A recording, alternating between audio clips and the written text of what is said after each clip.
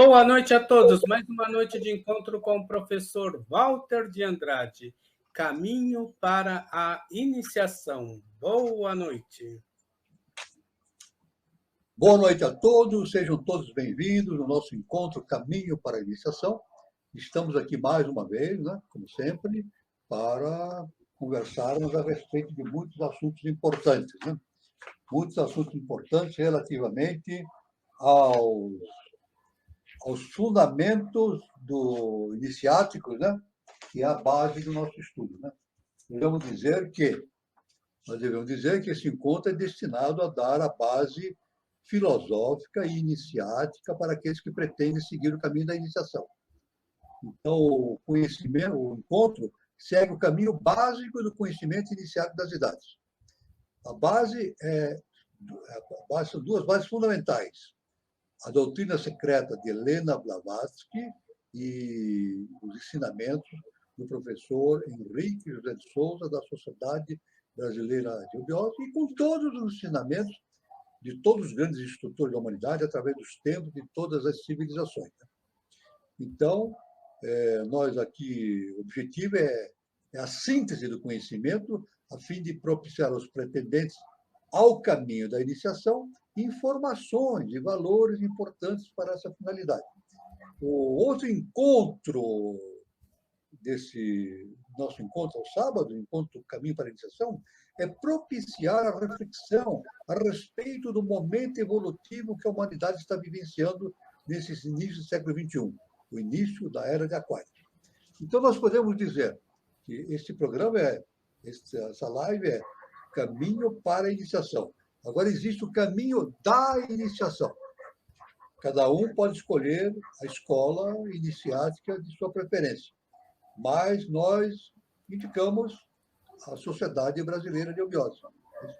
E é importante sempre ter em mente que uma escola iniciática, para dar os fundamentos da iniciação, deve seguir rigidamente os princípios da ciência iniciática das idades.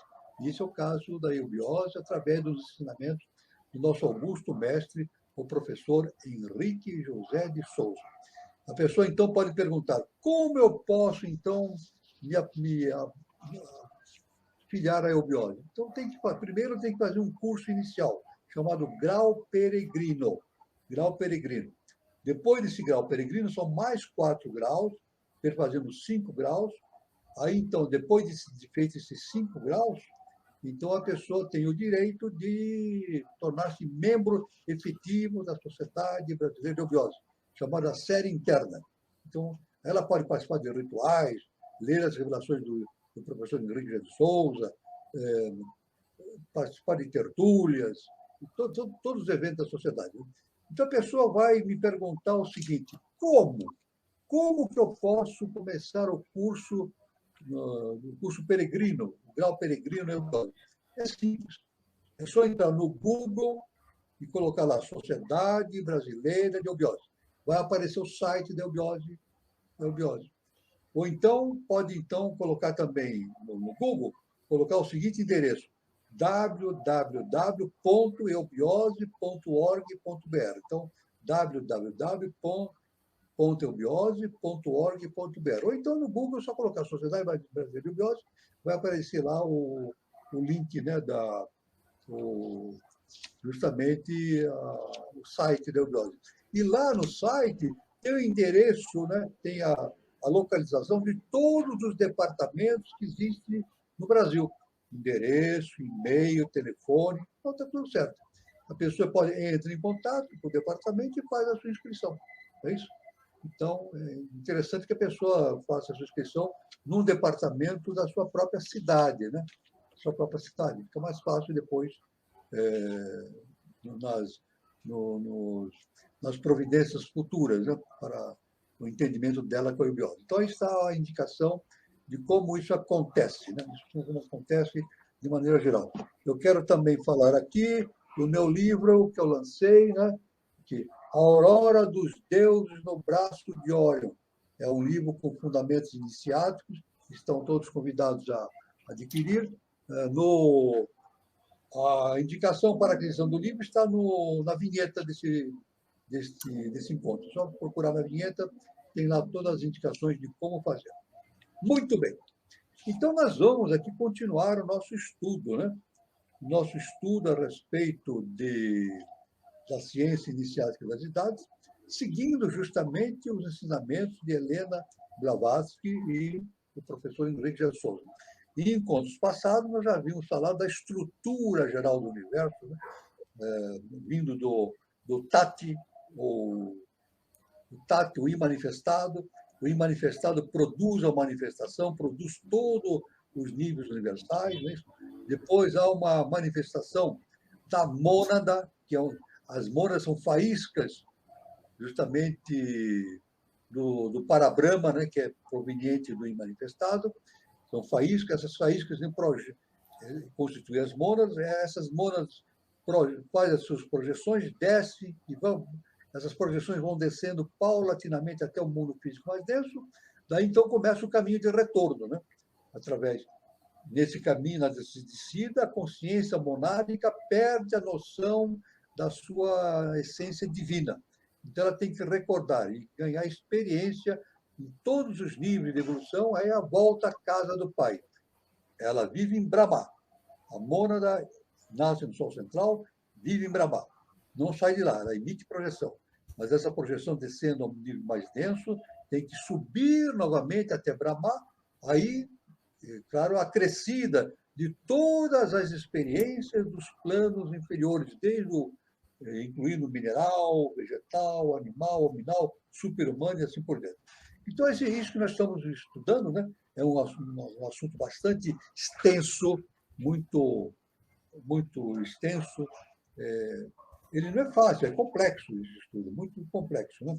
Mas eu sempre digo para aquelas pessoas que eu estou falando que é importante a pessoa entender fundamentalmente como as coisas funcionam, né? O mecanismo do funcionamento. Aí torna-se mais fácil. Ela tem uma visão geral do universo, do mecanismo do funcionamento do universo, do imanifestado, do manifestado, fica mais fácil depois ela ir vendo etapa por etapa esses estudos mais aprofundados a respeito de cada assunto. Então, nós podemos começar aqui. Vamos dizer o seguinte: é curioso observar como, no evolucionar cíclico das ideias, o pensamento antigo parece refletir-se na especulação moderna. Assim diz HPB, né? O pensamento antigo, veja bem, por mais antigo que seja da ciência iniciada das idades, esse pensamento se projeta na consciência humana da atualidade. Isso é indiscutível isso. Né? Cabe indagar, por exemplo, se um grande autor, que a Helena Blavatsky cita, Herbert Spencer, teria lido e estudado os antigos filósofos hindus quando escreveu certas passagens de um livro seu, First Principle, um livro especial seu, ou se foi, por acaso, uma centelha independente de percepção interna que o fez dizer semi-corretamente: por ser do mesmo modo que a matéria é uma quantidade indiscutível e fixa, deve-se supor que, ao atingir o movimento, um limite, uma quantidade indiscutível e fixa, seja qual for a direção do impulso recebido, a mudança por ele operada na distribuição da matéria sucederá, então, e necessariamente uma distribuição em sentido inverso. Ou seja, o Spencer dizia que, na verdade, pelo entendimento dele, HPB diz, não sabe de como, se foi através de uma percepção dele interna, ou através de ensinamento dos mestres, ele diz que existe essa reversibilidade do universo, né? Que nós chamamos os dias e as noites de Brahma, né? Uma expansão, depois um recolhimento. Ao que parece, as forças universalmente coexistentes de atração e de repulsão, que, conforme vimos, atuam ritmicamente em todas as mudanças menores do universo inteiro. Atuam também ritmicamente na totalidade das suas transformações e produzem, ora, um período incomensurável durante o qual as forças de atração predominante originam uma concentração universal, ora, um período igualmente longo em que as forças de repulsão prevalecem, dão lugar a uma difusão universal, ou seja, eras alternadas de evolução e dissolução. Isso aí, pelo conhecimento iniciado, sempre tem essa ideia, né? Uma fase de evolução e dissolução, de expansão e depois de contração. o interessante observar que todas essas mudanças do universo acontecem nas leis universais, sob leis universais muito importantes. Né? Então, é muito interessante que esse autor também, conforme o HPP, ele afirma que também essas forças que atuam sobre o universo atuam ritmicamente, num ritmo. É isso? Atuam no universo através de um processo rítmico. Aí provém o termo ritual. Né? O nome ritual vem de ritmo. Então, veja bem, o universo, na verdade, é uma ritualística, né? De expansão, de contração, e vai se desenvolvendo, etc. Né? Então, a questão toda é a gente entender como acontecem esses fenômenos. Como esses fenômenos acontecem na sua visão geral, para depois, com o tempo, a gente vai se especializando e vai entrando nos detalhes. Né?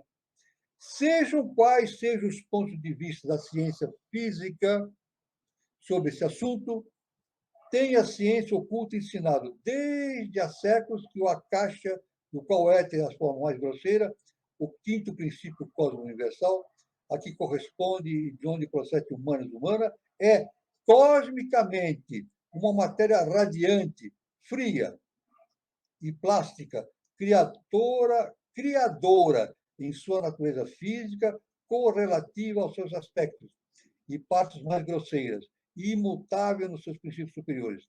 Na sua condição criadora, é chamado de sub-raiz, e em conjunção com o calor radiante, faz retornar à vida mundos mortos. Em seu aspecto superior é a alma do mundo, em seu aspecto inferior é o destruidor. Então, aí nós vemos, então, é o que nós falamos em latim, o construis e o destruis. Né? Construis é o construir, o destruis é o destruir. Na verdade, não no sentido odioso de destruição das coisas, não no sentido de dissolução, de recomeço. Então, o universo, sempre lembrando Lavoisier, o grande químico francês, né? A lei da química que ele achou, que é uma lei universal. Nada se cria, nada se perde, tudo se transforma. E esse processo de transformação se dá através de um ritmo. É o ritual do universo. É o processo ritualístico do universo, de expansão, depois de contração, isso vai acontecendo. Né? Isso é necessário para que ocorram os processos de expansão das consciências que estão diversamente dispostas nesse universo, em diversos planos, do qual nós fazemos parte.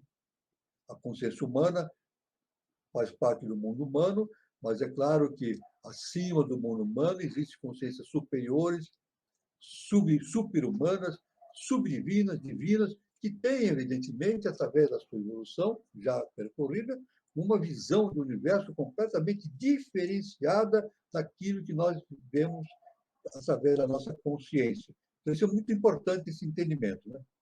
O quinto elemento, veja bem, o quinto elemento que a ciência hoje tende a admitir não é o éter imaginado por Isaac Newton. Isaac Newton imaginou um éter, a existência de um éter, né? Mas isso aí foi contestado pela ciência. A ciência demonstrou que esse éter não existe. Mas, então, é claro que a HPB falava, no século XIX, que a ciência tendia a admitir a existência do éter. No século XX, isso foi eliminado. Mas a HPB diz, ainda que esse lhe desse tal nome, associando provavelmente com éter ou pai e mãe da antiguidade. Então, é claro que a gente vê interessante que Newton tinha essa idade do éter, né? O quinto elemento. Olha só, o quinto elemento na cabeça, justamente, de Newton. Né? Nós podemos entender até que talvez ele estivesse se referindo ao Akasha. Ele, como um gênio, né? Talvez ele próprio estivesse sentindo e visualizando a possibilidade da existência de um quinto elemento, o éter ou a Akasha propriamente dito. Né? Como disse Newton, por intuição, a HPB diz, a Isaac Newton, por intuição, afirmou o seguinte: a natureza trabalha perpetuamente em ciclos, fazendo gerar fluidos e sólidos, coisas fixas de coisas voláteis, e voláteis das fixas, coisas sutis das grosseiras, e coisas grosseiras das sutis. Assim é possível que todas as coisas têm a sua origem no éter. Olha só o que Newton falou. Então, ele diz que as coisas grosseiras transformam-se em coisas sutis, depois das sutis voltam novamente à forma grosseira. Isso é um processo cíclico de evolução do universo. Mas, como HPV afirmava, ele dizia, Newton, né, da sua afirmação, que era possível que todas as coisas tenham a sua origem no éter. Por isso que ele deu essa ideia do éter, que depois, durante o século XX, foi eliminado do estudo científico. A ciência diz que o éter realmente, de acordo com o pensamento de Newton, não existe. Mas devemos ver que, conforme a HPV fala, intuitivamente, Isaac Newton falava de éter como uma quinta coisa. Olha só, uma quinta coisa. Olha só, nós estamos na quarta coisa, no quarto sistema evolutivo. Repetindo, nós estamos no quarto sistema evolutivo. Estamos tendendo para um quinto sistema evolutivo, depois para um sexto. Mas o Newton já evidenciava que todas as coisas tinham origem no éter, ou seja, no quinto elemento, numa caixa, no segundo trono. Veja, a genialidade do Newton, um gênio, um dos maiores gênios da humanidade, ele já tinha essa ideia. Então, de maneira bastante sutil, não declarada no sentido antigo, né? Mas ele tinha essa ideia a respeito desses estudos. Né? Aliás, recentemente descobriu-se elementos de Newton, né? Estavam ainda ocultos, que ele tinha conhecimentos bastante avançados a respeito do conhecimento oculto. Né? E é claro, evidentemente que ele tinha um gênio, né? Ele não ia se fixar apenas na ciência física, mas há evidências de que ele tinha um conhecimento bastante claro a respeito desses conhecimentos relativamente à Índia, ao Tibete. Ele com certeza tinha um gênio. Né? Só que ele não podia, no meu ponto de vista, de acordo com esses elementos que nós vemos aí, que são divulgados, né, pela modernidade, ele não podia, evidentemente, expressar essas ideias, porque ele estava submetido, na época, à Igreja Católica, né, ao clero romano. Né? Então, ele tinha que se restringir à linha de pensamento, vamos dizer assim, religioso da época, para não ser contraditório, né? Para não provocar contradições. Então, isso caracteriza, então, a gente vê que muitos cientistas, muitos pensadores tinham um pensamento ligado à ciência iniciada das idades, mas não podiam exprimir essa sua ideia. Assim como também o Einstein. Einstein tinha um conhecimento também, ele lia literatura relacionada à ciência iniciática, só que ele não declarava isso. Tanto que, num determinado momento, ele falou que o mais importante não é o conhecimento, mas sim a percepção superior, né? A percepção superior, a imaginação, a imaginação. Ele disse, Einstein disse, mais importante do que o conhecimento é a imaginação. Nós podemos dizer, ele não podia falar porque não se enquadra na ciência, mas, no meu ponto de vista, ele queria realmente dizer, mais importante do que o conhecimento é a intuição. Então, o conhecimento é ligado ao mental superior, abstrato, e a intuição é ligada à Buddhi. E Newton tinha uma posição búdica muito... Newton não, Einstein. Ele tinha uma intuição fantástica, tanto que ele foi um dos grandes gênios da humanidade também, né? Então, isso é muito importante.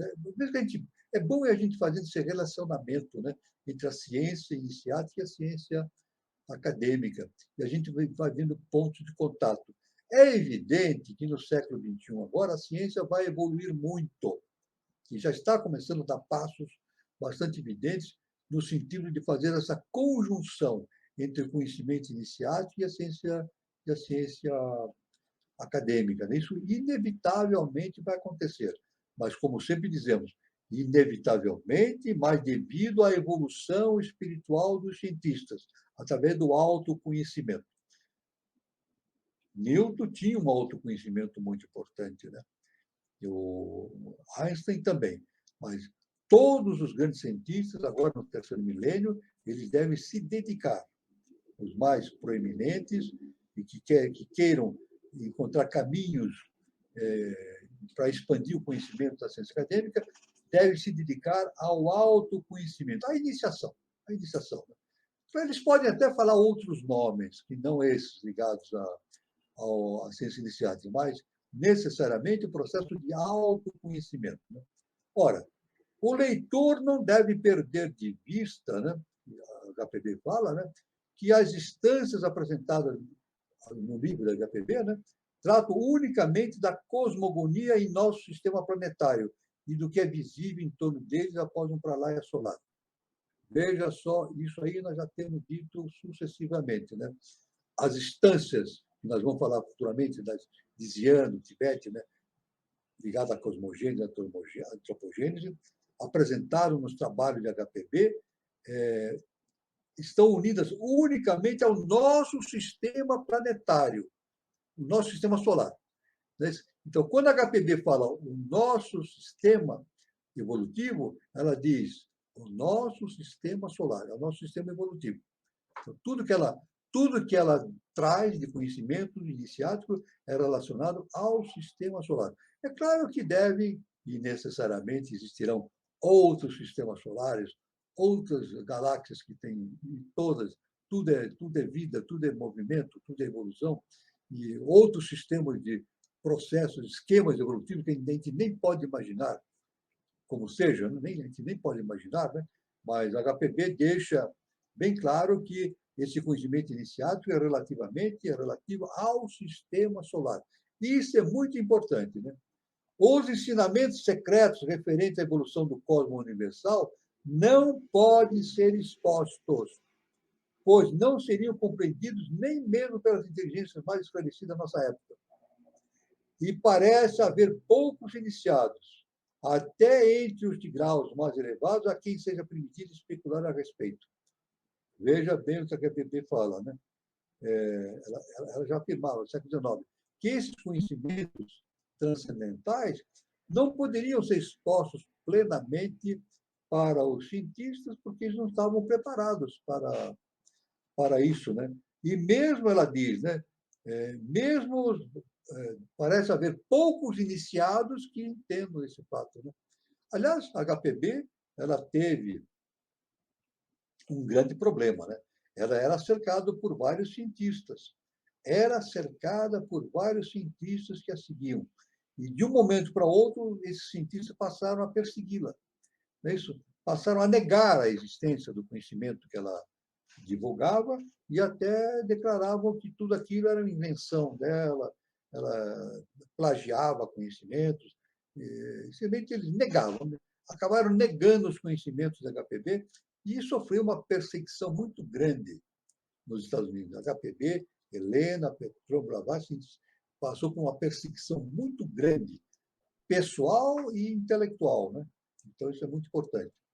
Dizem, aliás, os mestres, com toda franqueza, que nem sequer os Jianshuans de alta categoria penetraram jamais os mistérios além dos limites que separam as miríades de sistemas solares daqueles que chamam o Sol central.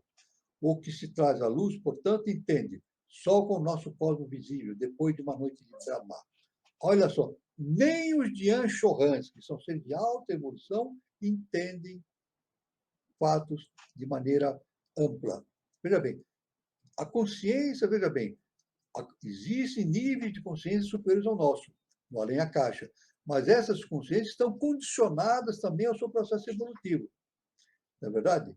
Então, aí a gente vê que aquela afirmação de Sócrates, é isso, provinda do tempo de Apolo, é uma verdade universal, né?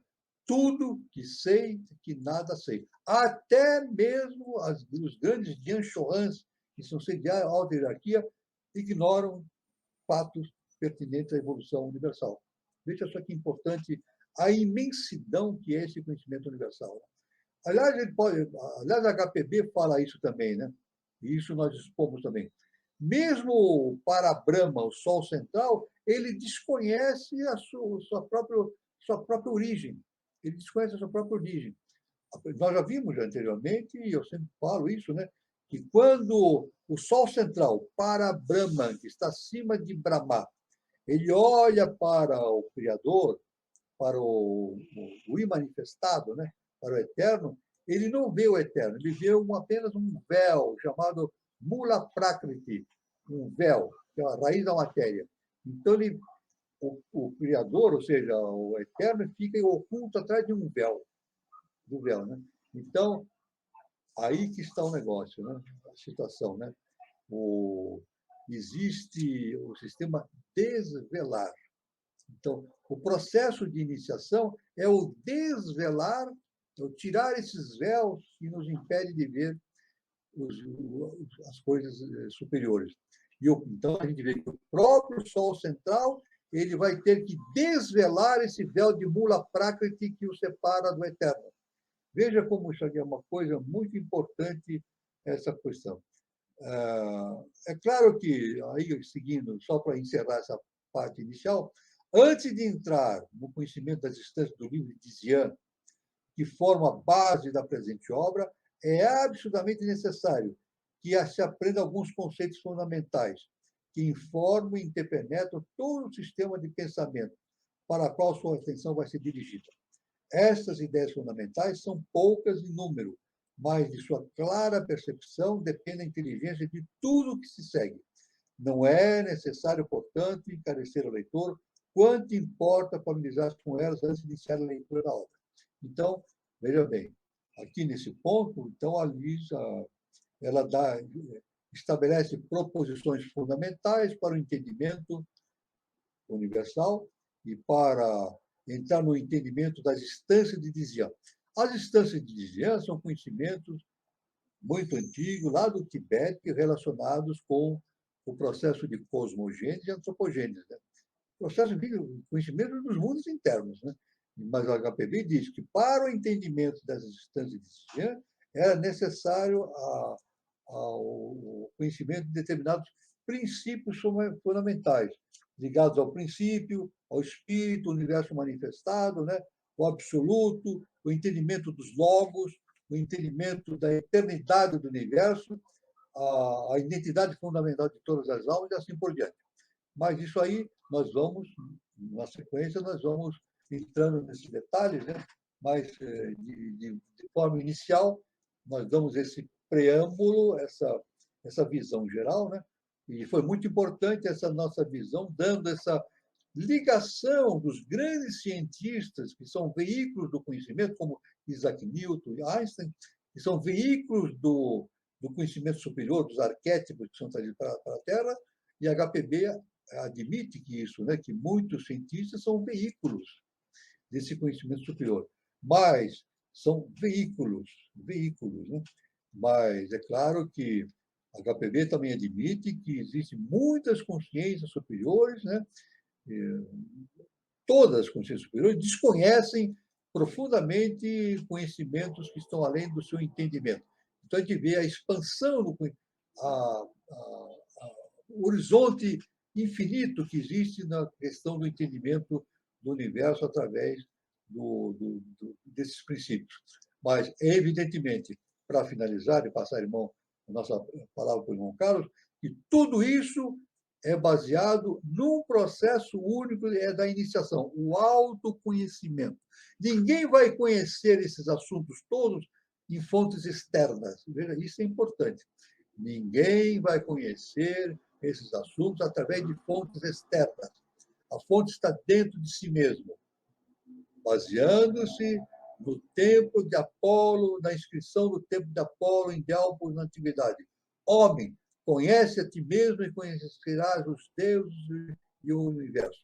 Então, é muito importante essa visão geral que nós temos, que a HPB nos passa a respeito do universo imanifestado e manifestado, que é o grande mistério, como a HPB diz, o processo de manifestação desse universo no manifestado é o maior mistério que existe no sistema solar, que deve ser entendido não só pelo ser humano, mas por todas as hierarquias que aqui existem, todos os planos universais.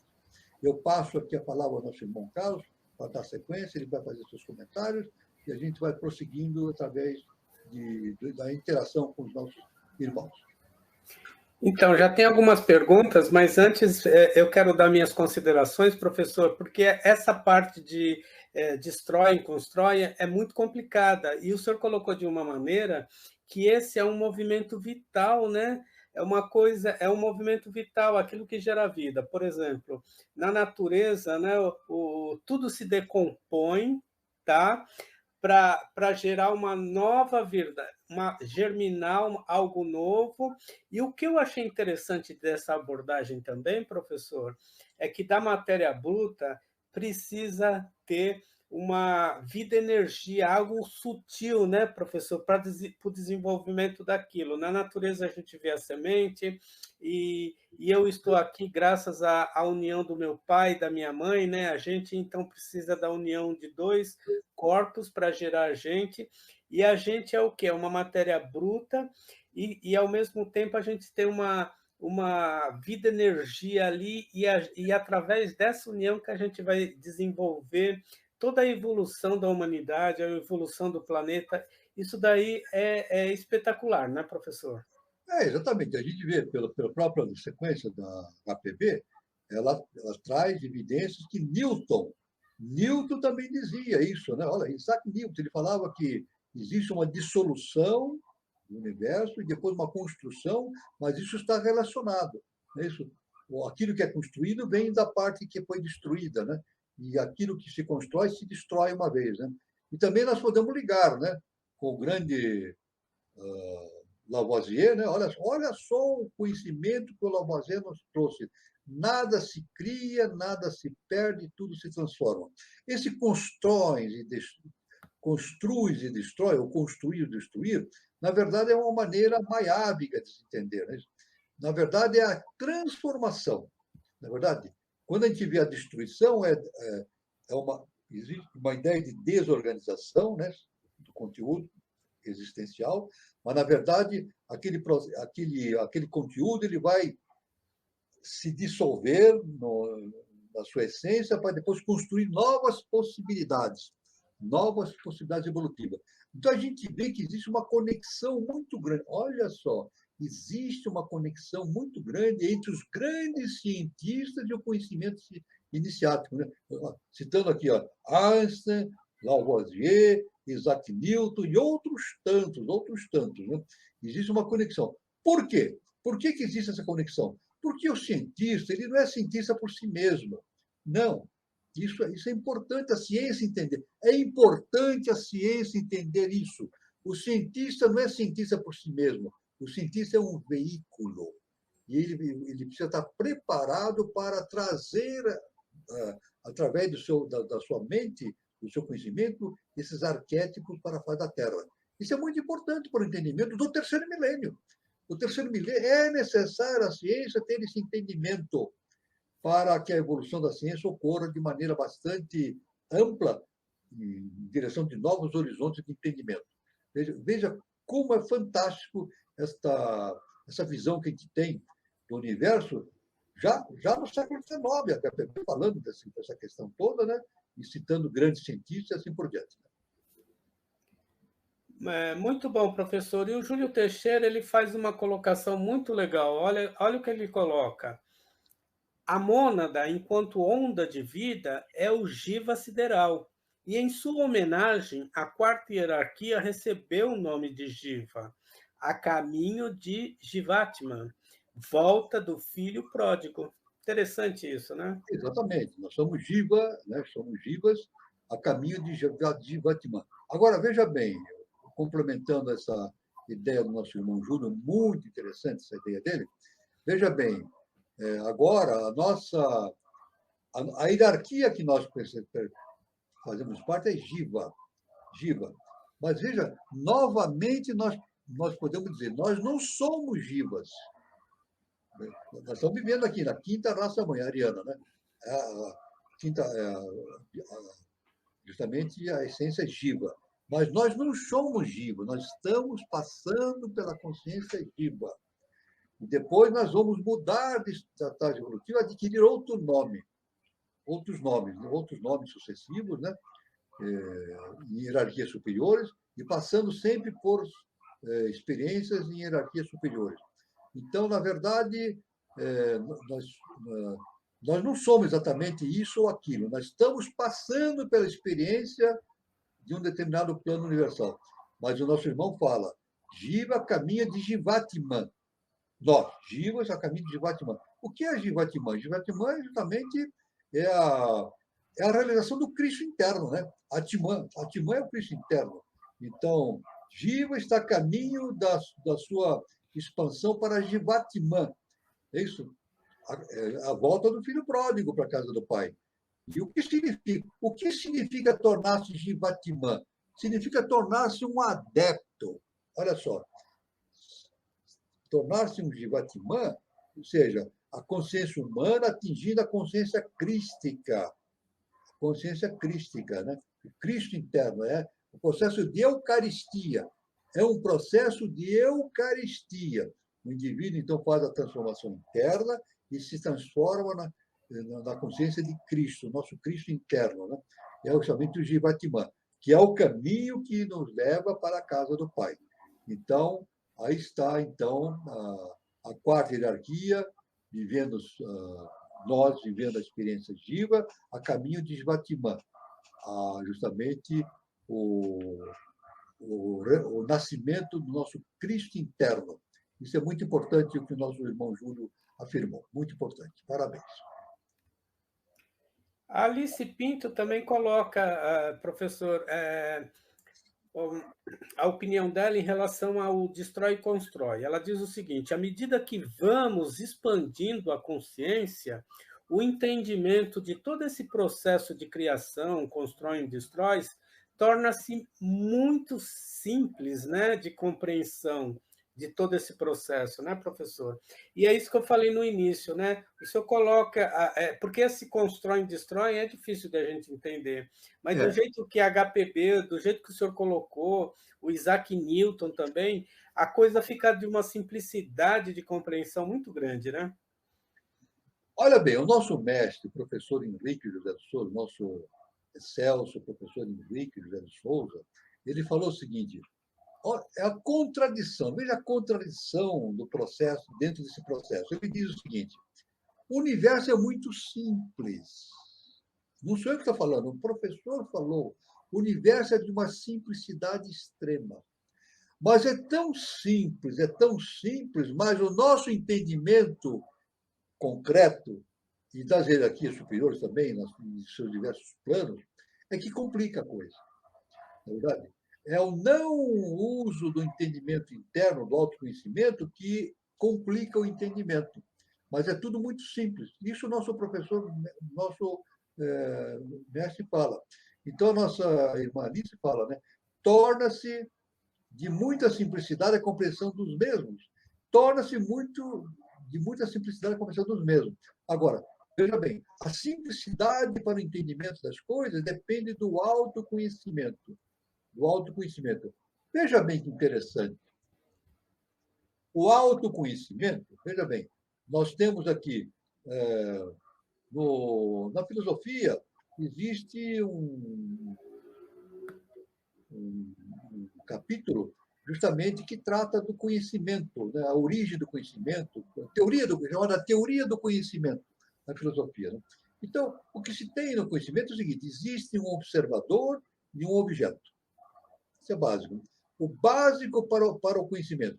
Um observador aqui, um observador e objeto. O observador observa o objeto. O observador observa o objeto e vai tirando suas conclusões. Mas isso não é suficiente. Não é suficiente o observador observar o objeto e estudar de uma coisa que vem de fora. Aí, então, é como se fosse assim: o observador capta algo que vem de fora dele para entender. Aí a coisa fica difícil. Agora, quando o indivíduo começa a evoluir, e isso em Atman acontece isso, o que acontece? Nós temos o conhecedor aquele que estuda e o objeto. Esses dois objetos se fundem. Se fundem. Ou seja, o observador se funde com o objeto da observação. Isso. Então, o que acontece? Ele vê tudo dentro de si mesmo. Por isso que a gente diz que o processo de iniciação, quando atinge a Atman, é o processo de contemplação. O indivíduo passa a contemplar. Quando ele contempla, ele não precisa mais raciocinar, não precisa fazer teorias e cálculos matemáticos, ele vê a coisa como ela é, na sua frente. Na sua frente, não, dentro de si mesmo. A percepção é direta. Então, esse é o conhecimento, o autoconhecimento. Autoconhecimento, né? É claro que isso aí é preciso, o caminho é adaptado. O nosso mestre diz, ao futuro da raça humana é tornar-se uma raça de adeptos. Então, o que é uma raça de adeptos? Aqueles que têm o desenvolvimento de Jivatman, o Cristo interno. Então, isso vai possibilitar o entendimento das coisas superiores. Não é o entendimento, como nós dissemos, observando o objeto, não, mas fundindo-se ao objeto. Uma coisa só. É a unidade, eu preciso da unidade. Não é verdade? Eu preciso da unidade. Nós temos tudo dentro de nós. Nós temos tudo dentro de nós. O autoconhecimento é justamente isto. A gente pode tentar entender através desse mecanismo, né, do conhecedor tentando estudar o objeto. Mas o autoconhecimento é justamente essa fusão que existe entre o conhecedor com o conhecimento que ele tem dentro de si. Então, ele se autoconhece. Na verdade, é uma liberdade. Ele atinge a sua libertação. Jesus, é o que eu sempre repito, Jesus falou, conhecereis a verdade e ela vos libertará. Conhecereis a verdade. O que é conhecer a verdade? É conhecer a si mesmo, conhecer o Deus que existe dentro de si mesmo. E quando o sujeito conhece a verdade, conhece a si mesmo, ele se liberta. Se liberta de quem? De si mesmo. Ele se liberta de si mesmo. Isso é muito importante. Veja bem, o conhecimento à nossa vista e de qualquer hierarquia pode parecer complicado, mas é complicado pela restrição que existe justamente no entendimento, no autoentendimento, na iluminação. À medida que o processo de iluminação ocorre, então as coisas vão se tornando simples, fáceis, a ponto que o professor diz, o universo é de uma simplicidade extrema. Mas o que complica é justamente as complicações que existem dentro do nosso sistema de entendimento. Isso, a ciência precisa se libertar disso. Na verdade, às vezes, por vezes, ou frequentemente, a ciência, em vez de explicar, ela acaba complicando o entendimento. Isso aí só pode ser vencido através do autoconhecimento. Então, é o caminho então, que o cientista deve seguir para fazer a evolução da ciência de maneira bastante clara, expandindo o conhecimento para novos horizontes. Parabéns, Alice, muito interessante a sua observação. Muito bom, professor. Agora eu trago um comentário do Júlio Teixeira. Mas se não existe o éter, pouco importa o nome, o que seria na sua camada mais densa o vento, que em fúria derruba tudo à sua frente? Exatamente. No século XIX, o próprio Newton sugeriu a existência do éter. O éter seria um estado de matéria que preencheria todo o universo, né? Todo o universo. Mas, inclusive, a luz seria uma vibração no éter também, né?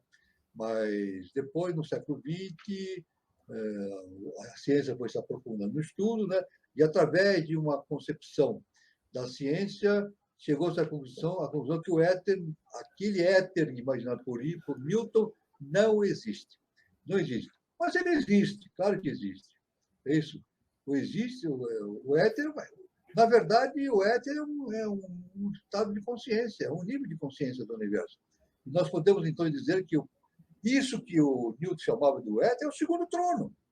É o segundo trono. Nada existe senão provindo do segundo trono. Nós estamos no terceiro trono, no terceiro logos. Tudo provém do segundo trono. A gente chama da mãe divina. Da mãe divina, né? Então, Nós temos uma origem etérica, claro, etérica do éter, mas é no sentido de entendimento de segundo trono, do segundo trono. Né? Então, tudo que acontece no mundo objetivo, ele não acontece simplesmente por obra do acaso, ele provém de uma fonte superior. Nada acontece por acaso. Tudo tem uma origem. Aí o próprio irmão fala, né? O vento que em fúria derruba tudo à sua frente. É claro que tudo tem uma origem superior, uma origem intrínseca, uma origem, uma esfera hiperfísica, é isso? Uma origem hiperfísica. As coisas não acontecem no mundo de maneira simplesmente física. Tem uma origem hiperfísica. O universo é assim. Ele é composto por vários níveis de consciência e está tudo interagindo, está tudo, esses níveis se interagem. Então, o que acontece, até o vento, a fúria do vento, os terremotos, isso não provém de elementos apenas orológicos ou convulsões simplesmente sísmicas ao acaso. Não, isso é proveniente de circunstâncias superiores. Né? Tanto que os próprios tsunamis, os próprios movimentos de terra, etc., terremotos, são produzidos por elementais, né? Os elementais produzem. Diz nosso mestre diz, os elementais produzem isso, não acontece por acaso, né? Por acaso, né? E eu até digo, né? O nosso irmão falou, o vento que em fúria derruba tudo à sua frente. Vamos fazer uma conexão? Eu estou dizendo, né? O vento, tudo que acontece no mundo físico, provém dos elementais, de uma ação dos elementais. A tempestade, por exemplo. É por isso que Jesus acalmou a tempestade. O Evangelho fala que foi um milagre, mas não foi simplesmente um milagre. Milagre é um nome muito simples de falar. Foi uma ação de Jesus sobre os elementais. Os elementais que estavam produzindo a chuva, o vento, ele então levantou as mãos e acalmou os elementais. Os elementais então se acalmaram, se retraíram, passou o vento, passou a chuva, passou a tempestade, o mar se acalmou. Eles estavam com os discípulos na barca, né? Tudo se acalmou. Mas é claro que ele fez isso através da sua consciência crística, né? Usando a sua consciência superior, de Guatimã para cima. Né? Então, vê a importância da ação de um ser, né, sobre os elementos da natureza. Então, isso é o que o nosso irmão fala, Júlio. Né? Eu entendi isso aí. Tudo que acontece na forma mais densa tem uma origem hiperfísica. Nada acontece por acaso. As coisas não acontecem por acaso. Tem uma origem hiperfísica. O vento, os terremotos, tudo já tem uma origem hiperfísica. As erupções dos vulcões e assim por diante. São elementais que estão agindo de uma forma ou de outra, cumprindo as suas funções da lei universal, seja no nível de ação do construi, destrói, constrói, destrói, ou então no sentido kármico também, né? Seguindo a lei do karma, que age também ininterruptamente na face da Terra. Então é verdade, né? Isso, o éter existe, mas com esse sentido do segundo trono, né? O éter. Né? Muito bom, professor. Mais uma da Alice Pinto, professor. Com a mente limitada, direcionada por pensamentos e emoções distorcidas da realidade em que nos encontramos, seria possível compreender todo esse processo do binômio evolutivo e involutivo? Bom, existe uma noção atualmente do processo evolutivo, né? Existe a noção do processo evolutivo, né? Darwin, ele entrou com o processo evolutivo, né? A evolução das espécies. Muito bem. Só que faltou para Darwin esse elemento de que a evolução não é simplesmente um processo físico, no nível físico objetivo, não. A evolução ocorre através de ligados a arquétipos. A evolução, na verdade, ela ocorre através da descida de arquétipos. É isso? Então, aí a gente, entendendo a ação dos arquétipos das instâncias superiores do universo, a gente pode entender com profundidade esse processo que a nossa irmã fala do binômio evolutivo e evolutivo. Ou seja, a evolução, involução, destruem, construem, e dá para entender isso. Mas a ciência jamais entenderá esse processo sem fazer essa ligação com os níveis superiores hiperfísicos. Não é verdade? Por exemplo, a genética, né? Darwin afirma que a evolução genética se dá pelo confronto, né? Pelo choque entre espécies, né? E da seleção, uma seleção natural das espécies. Mas faltou para o Darwin justamente esse posicionamento de que tudo provém de um arquétipo que desce para o mundo físico, para a genética, né? O gene, o DNA, por exemplo, foi descoberto no século XX, é coisa recente, década de 50. Década de 50 do século XX, 1957, 56, que teve uma visão a respeito do DNA, né? Uma hélice, né? Uma hélice tem uma estrutura bastante interessante, né? Mas é importante a gente ver que esse DNA ele não provém de choques apenas físicos, ele provém da descida de arquétipos para o mundo do mundo superior para o inferior. Tanto que o nosso mestre afirma, aí é uma ligação que o nosso mestre fala. Ele diz o seguinte, olha, todo Manu, quando nasce na face da Terra, e Manu é um condutor de povos, ele tem que não somente conduzir povos, mas deixar a sua descendência genética, porque ele é geneticamente diferente. Veja bem, um mestre, ele é um mestre porque ele tem uma genética diferente. Uma genética que a ciência não consegue entender. A ciência não consegue entender essa genética.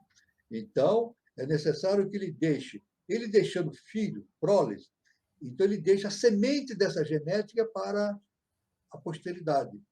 Então, é como se desse jogando sementes para o crescimento de novas possibilidades. É isso? Isso é muito importante, então, essa questão do entendimento desse binômio evolutivo e involutivo.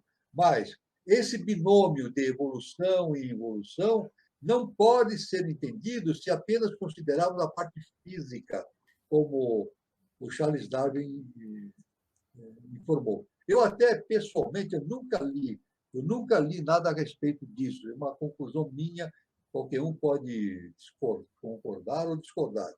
Mas eu, por exemplo, acredito que o Charles Darwin, a consciência espiritual de Charles Darwin, deve reencarnar no século XXI para continuar seu trabalho. Mas agora de uma maneira mais profunda, mais adiante, trazendo justamente essa noção da ligação que existe entre o ser humano e os seres que os antecederam, né? Os antropóides e assim por diante. Né? Tanto que a ciência até hoje não encontrou o elo perdido. O elo perdido. Qual é o elo perdido? Né? A noção diz assim, o homem provém de instâncias animais. Não é isso? Imagina os antropóides. Hoje diz que os antropóides não são nem os originadores dos seres humanos, são seus primos. São seus primos, que a fonte é outra. Mas até hoje não se encontrou o elo perdido. Quer dizer, o elo que une a genética humana com a genética animal, ou vegetal. Esse elo perdido não se encontrou. Porque esse elo não existe. Esse elo não existe. O nosso mestre, nosso querido mestre professor Henrique de Souza, ele diz: o espírito humano é a consciência humana é a projeção do Espírito de Deus no homem. Ou seja, a consciência humana é a projeção do Espírito de Deus no homem. Isso significa o seguinte: a projeção daqueles arquétipos que trazem no seu bojo justamente a estrutura arquetipal da genética. Então, a genética humana ela vem de instâncias superiores. Tudo vem de instâncias superiores. Nós acabamos de falar disso, né? O éter origina tudo vem do segundo trono. E o que está no segundo trono vem do primeiro trono.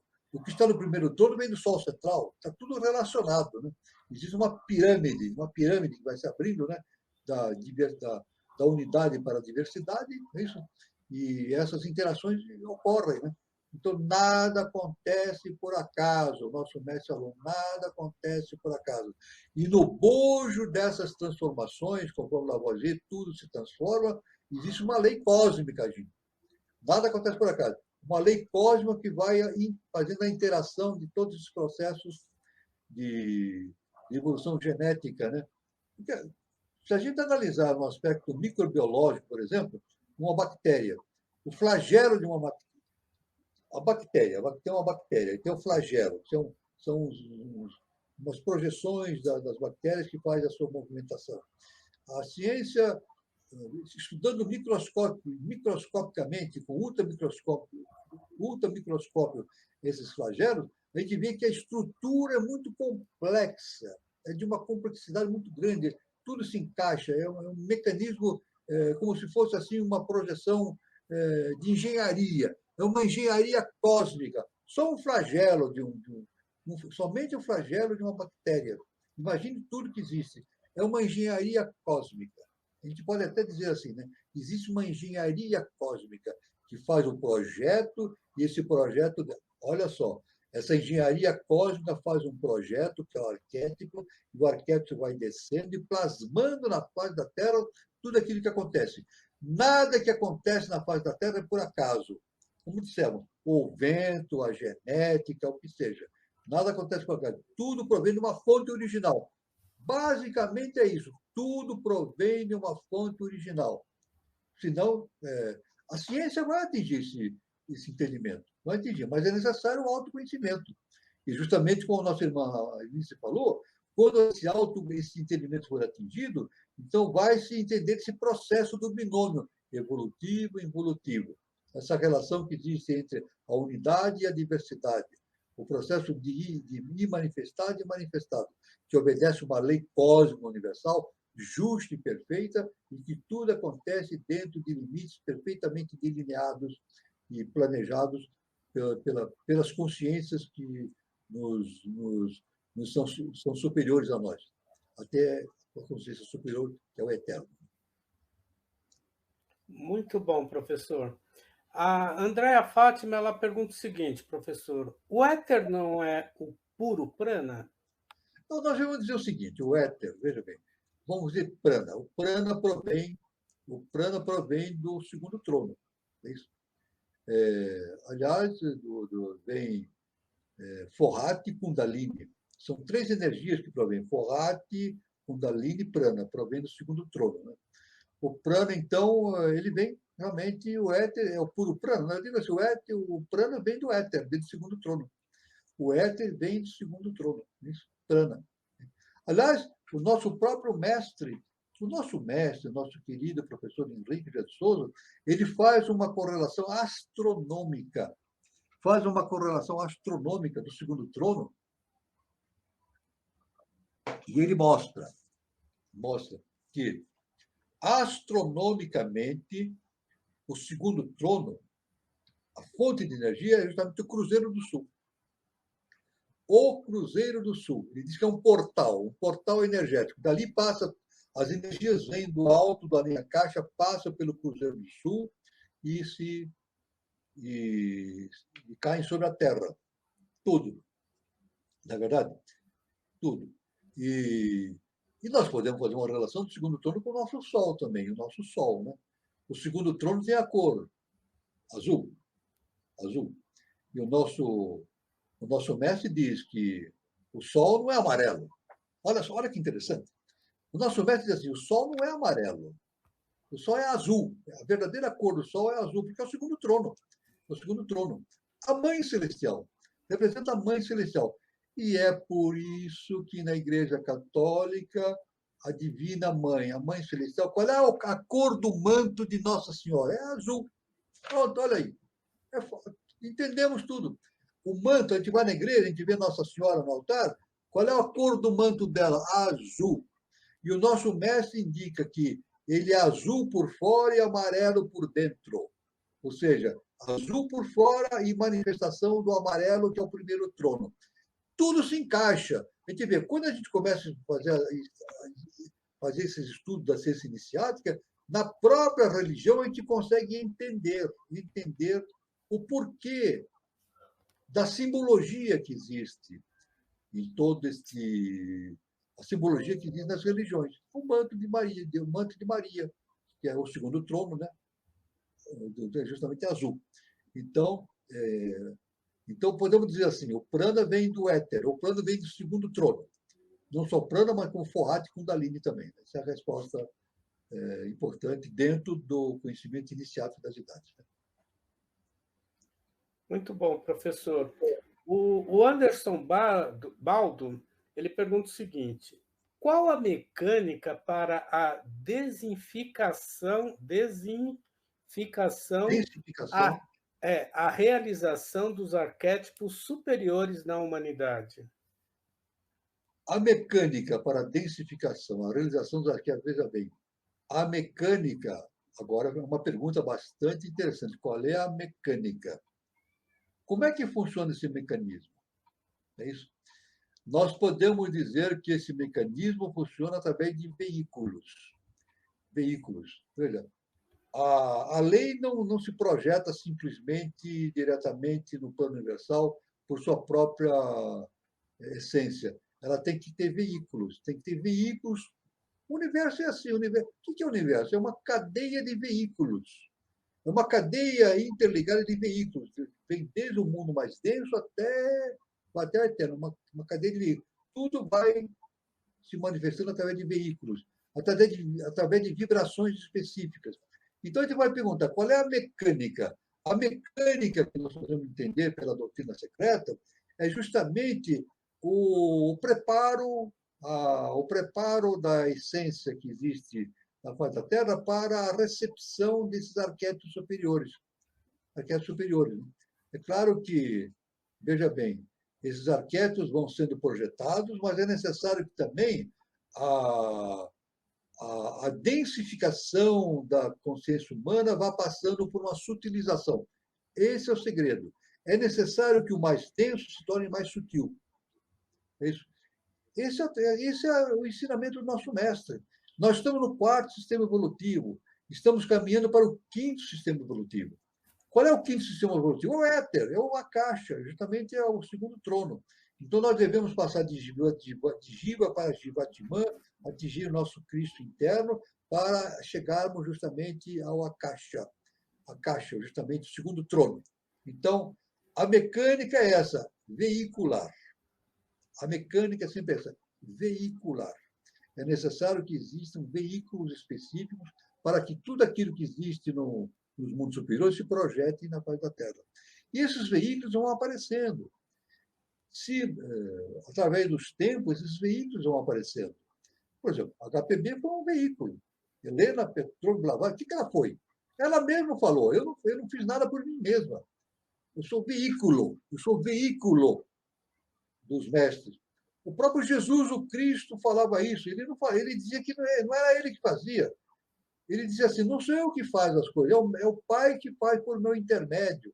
O próprio Jesus está no Evangelho. Ele dizia, não sou eu que faz as coisas, é o Pai que faz por meu intermédio. Então, o que queria dizer? Eu sou um veículo. Então, o grande trabalho de Jesus, o Cristo, que ele fez, foi justamente ser veículo. E ele foi veículo do segundo trono, do primeiro trono, do terceiro trono também, né? E conselho do terceiro trono, dos três tronos. Ele foi veículo do universo inteiro. O universo que eu digo é sistema solar. Por isso que a crucificação é um mistério que a humanidade deve entender com profundidade. É o maior mistério que a humanidade tem para entender. Então, Jesus foi veículo. E todos, a HPB foi veículo. O nosso mestre Henrique de Souza foi veículo também. Veículo de quê? De uma consciência que na Yoga é chamada JHS. JHS, uma consciência do além Akasha projetada através do nosso mestre. Então, é necessário. Agora, não é suficiente somente isso, né? Esses mestres, Newton foi veículo, Einstein foi veículo, todos os grandes cientistas que trazem ideias revolucionárias, Lavoisier, veículos dessa consciência superior. Mas a chave para a mecânica de funcionamento é justamente a humanidade evoluir mais, evoluir para se tornar, para haver maior quantidade de veículos das consciências superiores. É a sinarquia. A sinarquia vai existir no futuro? Claro que vai existir. essa estruturação social, não é isso? Do mundo, chamada sinarquia, uma teocracia. Mas é necessário que a humanidade, todo ser humano, se torne veículo dessas consciências, para existir, então, uma harmonização na face da Terra, para que tudo isso se manifeste. Então, o processo todo, a mecânica, vamos dizer assim, qual é a raiz dessa mecânica? Vamos responder agora de maneira bastante objetiva. Qual é a mecânica para a realização da união com os arquétipos superiores? A iniciação. É por isso que o nosso tema aqui é caminho para a iniciação. A iniciação é que produz veículos para os arquétipos superiores para a Terra. O autoconhecimento. É muito claro, isso é muito claro. Nada acontece por acaso. É necessário que existam veículos para a projeção desse conhecimento superior. E é necessário, então, que a humanidade evolua através do autoconhecimento. Todos devem fazer essa evolução. E todos vão conseguir isso. Todos vão conseguir isso na medida certa do tempo de cada um. Uns mais cedo, outros mais tarde, mas todos conseguirão. Então, o Anderson, digo assim, qual é a mecânica para essa projeção? Justamente a criação de veículos através da iniciação, do autoconhecimento. Essa é a resposta. E o Júlio Teixeira faz uma colocação também legal, professor. Sim. Regras da filosofia yogi. Atenção, observação, análise e síntese, né?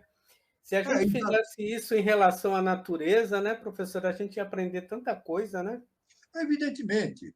Veja bem, o nosso irmão falou assim, atenção, observação, análise e a síntese. Está certo, né? Agora, é claro que no processo sintético dá-se justamente o caminho para o entendimento das questões superiores através do conhecimento sintético, né?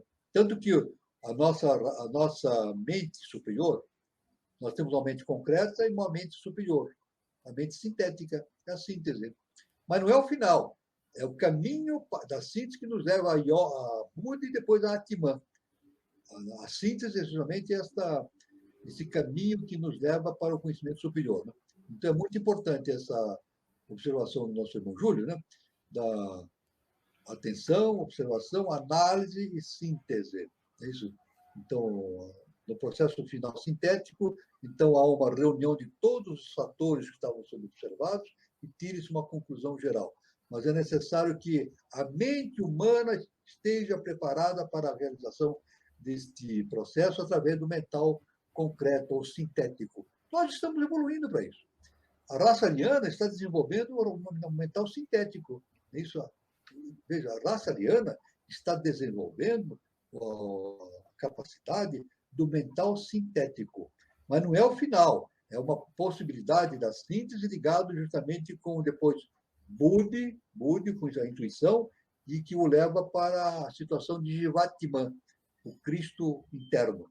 É muito importante essa observação do nosso irmão Júlio. Parabéns. Muito bom mesmo, professor.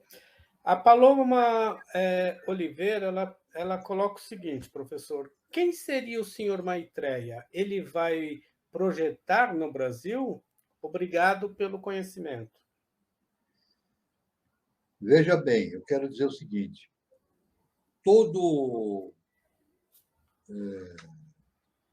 toda projeção de Buda, seja Maitreya ou outra coisa, se dá através de 7 estágios.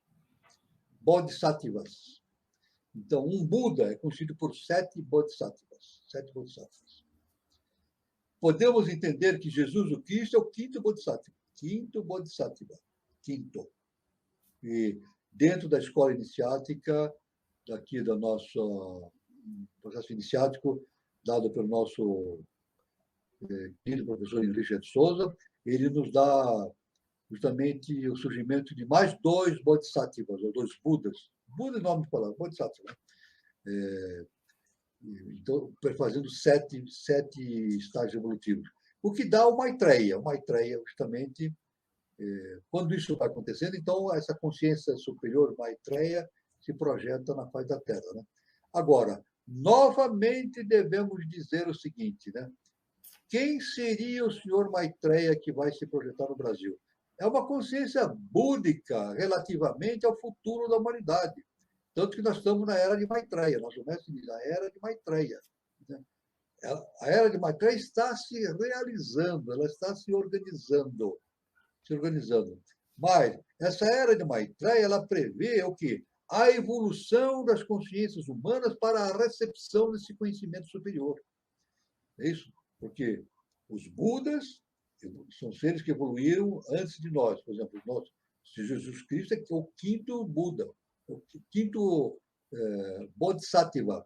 Depois existem mais dois, Pavanadeva e Mitradeva. E isso está dentro do conhecimento da Sociedade Brasileira de Obiose, né? O quinto, o sexto e o sétimo. Isso tudo se reúne num todo chamado um Buda Maitreya. Mas esse Buda Maitreya ele vai se projetar no Brasil através de veículos. Então, veja bem, não é assim, o Buda vem e se diz, eu sou o Buda, eu sou o Buda. Não, não é assim. Não é assim que se manifesta, né? Então, cada um deve se comportar de maneira conveniente, de maneira iniciática, para ser o veículo do Senhor Maitreya. Quando é que Maitreya vai se manifestar plenamente no Brasil e no mundo, evidentemente? Quando as consciências humanas estiverem em condições de serem veículos dessa consciência superior. É sempre assim que funciona. É sempre assim, é a parte veicular, né? Então, mas evidentemente o nosso mestre disse, nós estamos na era de Maitreya, terceiro milênio. Ou seja, aquela era em que esse Buda, resultante da evolução dos 7 Bodhisattvas, vai se manifestar na Terra, né? E justamente é o que chama de a realização da obra do Eterno na face da Terra. É a projeção da obra na face da Terra, né? E a nossa própria Constituição setenária nos indica isso. Nós temos um quaternário inferior, uma tríade superior, não é isso? Olha que interessante. Um quaternário inferior, ligado à nossa personalidade, uma tríade superior ligado à nossa consciência superior, e a consciência superior tem Atman, é o ponto superior do vértice superior desse triângulo, né? E daí para diante vem o éter, a caixa e as consciências superiores. Então, é necessário que nós façamos a nossa transformação interna, esses 7 elementos. Esses 7 níveis de consciência que existem entre nós devem se harmonizar através do autoconhecimento. Quando esses 7 estados de consciência se harmonizam, os 4 inferiores e os 3 superiores, forma-se, então, o selo de Salomão, que é o símbolo de uma estrela com 6 pontas. É o símbolo do adepto.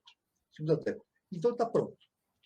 Quanto mais a humanidade caminhar para o sentido do adeptado, mais perto estará a manifestação plena de Maitreya Buda na face da Terra. É verdade? Uma consciência superior. Isso é muito importante. É o processo do transformismo, né? Tudo se transforma. É isso? Então, isso é muito importante, esse entendimento do Maitreya, né? Maitreya é uma consciência superior, essa consciência já está delineada há muitos séculos. É falado no Oriente, isso é conhecido há muitos séculos, a existência de uma consciência superior que vai se projetar inevitavelmente na face da Terra. Vai se projetar, o nosso mestre diz, no Brasil, tanto que o mestre fala, Brasil, pátria do Avatara Maitreya. Veja, Avatara Maitreya. Pátria do Avatara Maitreya. O que é Avatara? Avatara significa descida da lei. Então, Avatara Maitreya significa descida da lei em forma de Maitreya, se manifestando através de veículos humanos na face da Terra. Então, isso é muito importante esse conhecimento. Muito importante esse conhecimento. E quem vier fazer os cursos na Eubiose vai ter a oportunidade de entrar em muitos conhecimentos profundos a respeito de todo esse processo de evolução, do Maitreya, dos Bodhisattvas, isso é muito importante. Muito bom, professor. A Andrea complementa esse assunto da seguinte forma: Maitreya se dissolve nos seres humanos do Brasil, está começando a dar vislumbres de sua sabedoria no coração de cada um, basta entrar em sintonia. Basta entrar em sintonia, perfeitamente. O que é entrar em sintonia? Justamente a transformação interna, o autoconhecimento. Quando a nossa irmã fala assim, estar em sintonia, o que significa sintonizar? Justamente é fazer o autoconhecimento, elevar o padrão vibratório, isso, elevar o padrão vibratório de tal maneira que haja uma conjugação desse nível vibratório superior com o inferior. Dá uma aproximação. Então, isso aí se dá através do aumento do nosso processo de sabedoria. É isso? E sabedoria e amor universal. Né? O amor e a sabedoria, o perdão. Então, havendo esse processo de evolução do ser humano, então, essa consciência que nós consideramos de Maitreya tem a possibilidade de se manifestar plenamente nos planos humanos. Aliás, o nosso mestre até já deu a definição de que seres superiores virão se projetar no Brasil, isso são chamados matradevas. Os matradevas irão, em um número determinado, irão se manifestar no Brasil para dar prosseguimento a esse processo evolutivo. Né? Mas para esses matradevas se manifestarem, é necessário que existam veículos específicos para a projeção desses matradevas. Então, esse é o principal, a necessidade do Brasil. É por isso que nós sempre falamos em lives anteriores a necessidade de se aumentar essa elite espiritual existente no Brasil. Existe uma elite espiritual que está se preparando para esse encontro com a divindade, justamente no plano humano. E é necessário que essa elite se amplie cada vez mais. Quanto mais essa elite se manifestar, mais possibilidade nós temos desse encontro que está destinado ao mundo, é isso?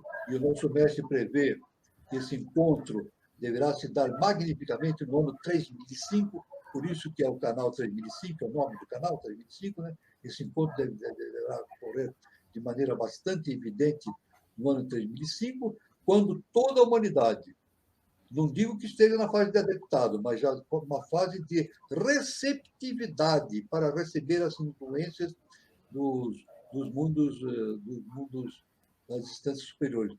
Tanto que o nosso mestre diz que no terceiro milênio, a partir de 3005, né, a Agartha virá para a face da Terra. Olha só, o nosso mestre fala isso. No ano 3005, a Agartha virá para a face da Terra. Ou seja, os seres agartinos, os seres dos mundos internos, se projetarão na face da Terra. Por quê? Porque existirão, com certeza, veículos adequados para a manifestação desses seres. Então, a raiz, a chave, o caminho, o horizonte, tudo isso chama-se iniciação. Essa é a chave. Iniciação.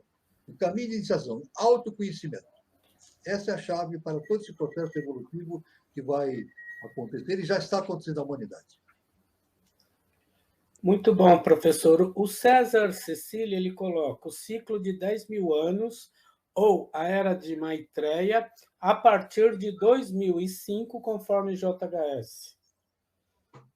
Não, aí o que o nosso mestre falou é o seguinte, a partir de 3005,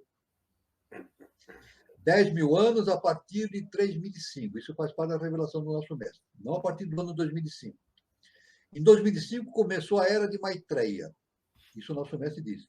Em 2005 começou a era de Maitreya, ou seja, a era em que deverá se ocorrer a transformação da humanidade rumo à sinarquia, com vistas à projeção de Maitreya na face da Terra, o Buda Maitreya. E evidentemente, em maior intensidade no Brasil, que é chamado, o nosso mestre Brasil, pátria da Avatara Maitreya. Mas eu quero deixar bem claro, esse ciclo de 10.000 anos, que o nosso mestre indica, é a partir de 3005. A partir do ano 2005, o nosso mestre diz que vai ocorrer mais 10 mil anos de evolução, vai ser uma evolução fantástica da humanidade. Não é o fim, não é o fim, mas é um preparo para o surgimento da sexta raça-mãe, da sétima raça-mãe, com profundas alterações. A HPB já falava nisso, né? Já no século XIX, a HPB falava da quinta raça, da sexta raça-mãe, sétima raça-mãe. Então, o nosso mestre ele dá em síntese. Essa é a importância do professor Henrique José de Souza.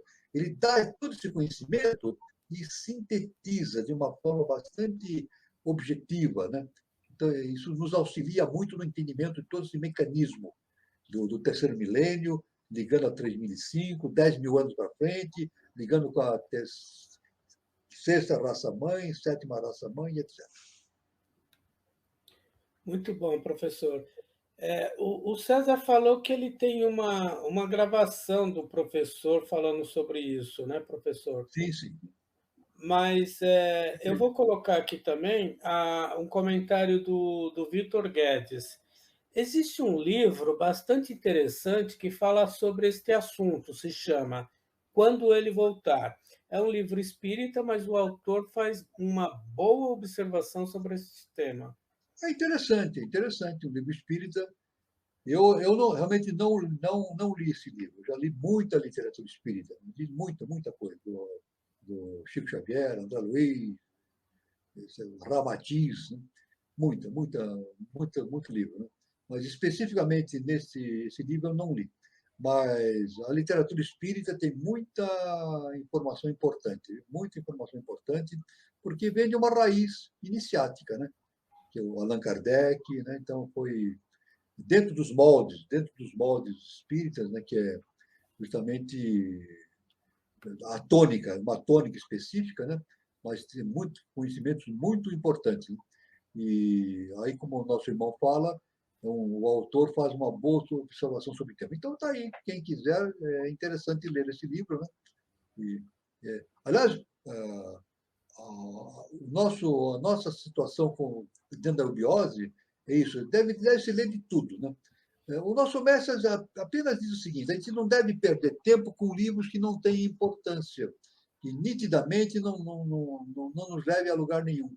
A gente sabe através das referências, através dos entendidos, né? E tem livros que, em vez de. Existem livros que, em vez de somar conhecimento, eles trazem a parte destrutiva, destroem o conhecimento, né? São involutivos. Existem livros que têm natureza involutiva. Existem livros que têm a natureza involutiva, publicada por forças das sombras. Eu quero dizer isso aí. Existem livros que são publicados pelas forças das sombras, utilizando os veículos das sombras. Então, a gente precisa tomar muito cuidado com isso. Deve-se ler de tudo, mas com o cuidado de fazer um escrutínio, de fazer uma verificação a respeito da origem do livro, dar uma observação para ver se vale a pena ser lido ou não. Mas é importante ler tudo e tirar as suas próprias conclusões. Isso é muito importante. Com o devido cuidado para não ler coisas que não somem nada ao conhecimento. Muito bom, professor. E para finalizar, o Júlio Teixeira coloca o seguinte: ele só faltou colocar Brasil, pátria do Avatar Maitreya e patrimônio da Ordem de Cristo. Exatamente. Pátria do Avatar Maitreya, patrimônio da Ordem de Cristo. Por quê? Justamente vem lá de Portugal, né, com o Dom Diniz. Dom Diniz pegou todo aquele conhecimento dos Cavaleiros Templários e transformou na Ordem de Cristo. Então, Dom Diniz, lá em 1200 e tanto, lá, não lembro agora a data, né? Ele criou a Ordem de Cristo e aí deu as grandes navegações. Quem orientou as grandes navegações portuguesas para as grandes descobertas mundiais foi justamente através da Ordem de Cristo, e especificamente o Brasil. E o Brasil, então, é patrimônio da Ordem de Cristo. Porque quando Dom Diniz fundou a Ordem de Cristo, o Papa autorizou que todos os bens da Ordem Templária fossem incorporados em Portugal, isso pelo rei de Portugal. Mas o Papa pediu que tudo aquela riqueza da Ordem de Cristo fosse utilizada para aumentar as possibilidades evolutivas da humanidade, né? Seria patrimônio da ordem de Cristo. Tudo aquilo que fosse descoberto seria patrimônio da ordem de Cristo. Então, o Brasil, especificamente, é chamado isso, é patrimônio da ordem de Cristo. É isso. Aliás, a gente sabe que nas próprias caravelas, é isso? As próprias caravelas, né, portuguesas traziam o quê? A heráldica, né? A cruz da ordem de Cristo. Né? Está lá em vermelho, né? A cruz da ordem de Cristo. Inclusive, na bandeira de São Paulo, o fundo da bandeira da cidade de São Paulo é a cruz da ordem de Cristo. Né? Então, aqui. E que é muito importante esse estudo. Parabéns, nosso irmão Júlio. Uma informação muito importante. Nosso irmão Júlio coloca uma data aqui, professor, 15 de março de 1319. Tudo bem, tudo bem. Então, professor, em função da hora, eu vou agora dar o nosso recadinho, né? Toda terça-feira temos a nossa roda de conversa e o interessante seria que todos vocês pudessem prestigiar, né? Então, terça-feira agora, tá? Dia 8 de fevereiro de 2022, sempre no mesmo horário, às 20h40.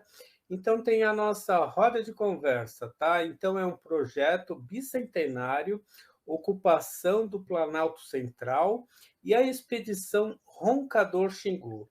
Então, além de estratégico no contexto geopolítico, a ocupação do Brasil Central cumpre desígnios proféticos.